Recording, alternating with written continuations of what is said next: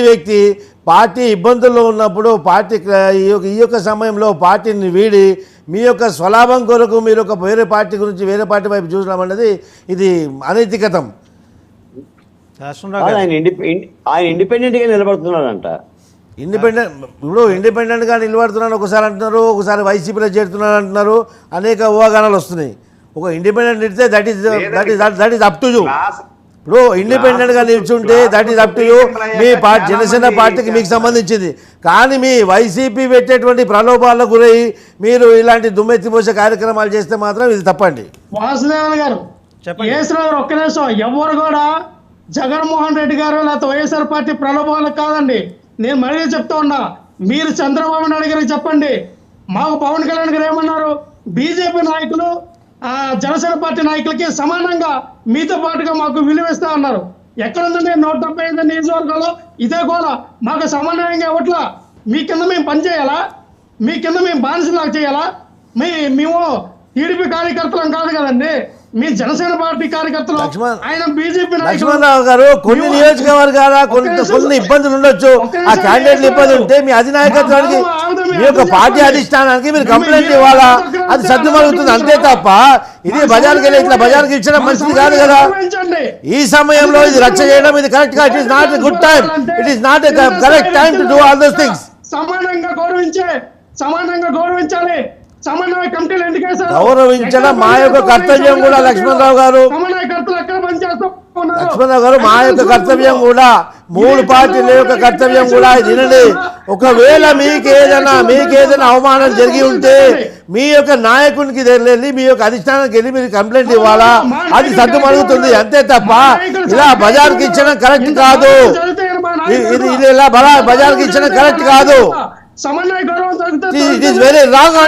భావించారు, మేము కూడా భావించాం. ఒకటే సార్ వాసుదేవన్ గారు, వీళ్ళు ఏదేమైనా సరే కూటమి ఏం చేస్తుంది, అధికారంలోకి వస్తే ప్రజల్లోకి వెళ్తే మాత్రం ఓట్లు పడతాయి. కానీ ఉదయం దగ్గర నుంచి రాత్రి వరకు కూడా జగన్మోహన్ రెడ్డి గారిని తిరిగితే ఓట్లు పడవు. మేము ఇప్పటి వరకు కూడా జనసేన బీజేపీ టీడీపీ మేనిఫెస్టో తెలియదు, అసలు మేనిఫెస్టో ఏముందో తెలియదు, ప్రజలకి మేనిఫెస్టోని ఎలా తీసుకెళ్తారో తెలియదు. ఏం చూసి ప్రజలు ఓట్లు వేస్తారు?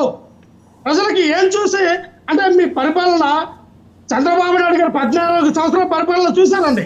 కానీ మళ్ళీ అధికారంలోకి వస్తే అంతకన్నా బాగా ఏం పరిపాలిస్తారు? ఇంతకన్నా బ్రహ్మాండం పగలదీసేలాగా పరిపాలన మేనిఫెస్టో చేతికి వచ్చేంత వరకు ఓపిక పట్టనా?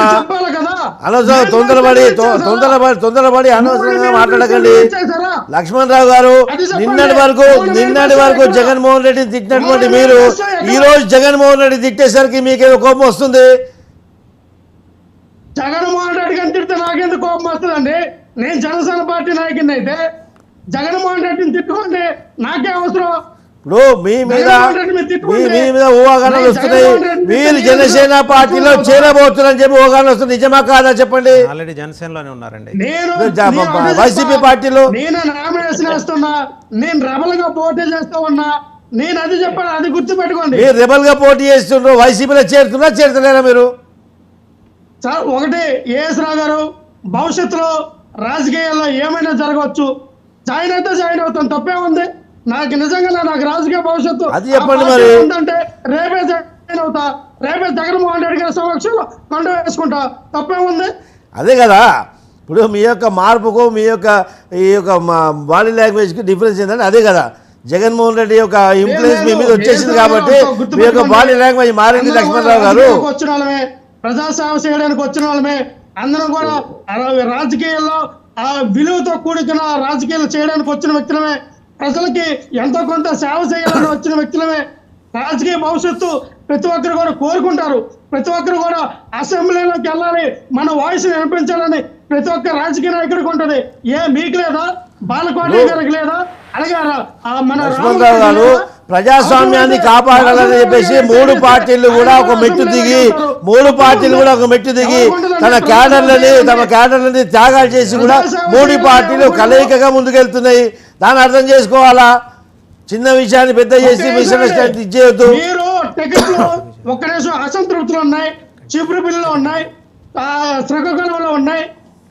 ఆ ప్రతి నియోజకవర్గం కూడా అసంతృప్తులు ఉన్నాయి. లక్ష్మణరావు గారు, మీరు లక్ష్మణరావు గారు. డైరెక్టర్లకి మీరు ఎంతవరకు భరోసా ఇచ్చారు?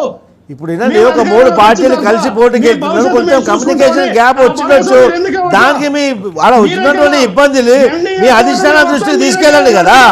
మీరు బయటకు వచ్చి రచ్చ చేయడం ఎందుకు? బీజేపీ జనసేన పార్టీని మీకేమో బానిసలాగా పనిచేయాలా? బానిసలు ఎవరు చెప్పలేదు లక్ష్మణరావు గారు, బానిసల మాట అవసరం లేదు. ఇప్పుడు 3 పార్టీలు కూడా సమన్వయంతో వెళ్తున్నారు. 3 పార్టీలు కూడా స్నేహపూర్వకంగా ముందుకెళ్తున్నారు. మీకు మీ నియోజకవర్గంలో మీకు సంబంధించి ఏదైనా కమ్యూనికేషన్ గ్యాప్ జరిగి ఉంటే మీ అధిష్టానానికి వినవించుకోండి. అది దూరం చేయడం జరుగుతుంది, అది ఫిలప్ చేస్తుంది అవుతుంది కదా. మీరు ఎందుకు అనవసరంగా మీరు ఇబ్బంది పడుతున్నారు? స్థానాల్లో మీకు టికెట్లు ఇచ్చినప్పుడు మా జనసేన పార్టీ నాయకులకి బీజేపీ